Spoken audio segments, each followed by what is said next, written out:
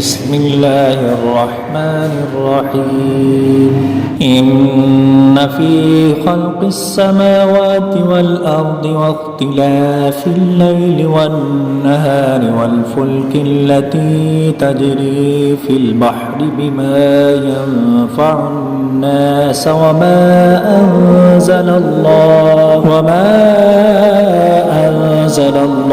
من السماء من ماء فأحيا به الأرض بعد موتها وبث فيها من كل دابة وتصريف الرياح والسحاب المسخر بين السماء والأرض لآيات لقوم يعقلون ومن الناس من يتخذ من دون الله أندادا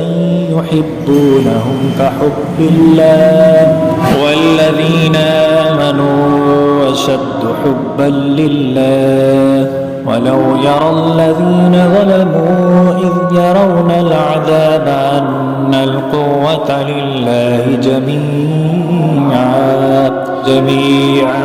وأن الله شديد العذاب إذ تبرأ الذين اتبعوا من الذين اتبعوا ورأوا العذاب وتقطعت بهم الأسباب وقال الذين اتبعوا لو أن لنا كرة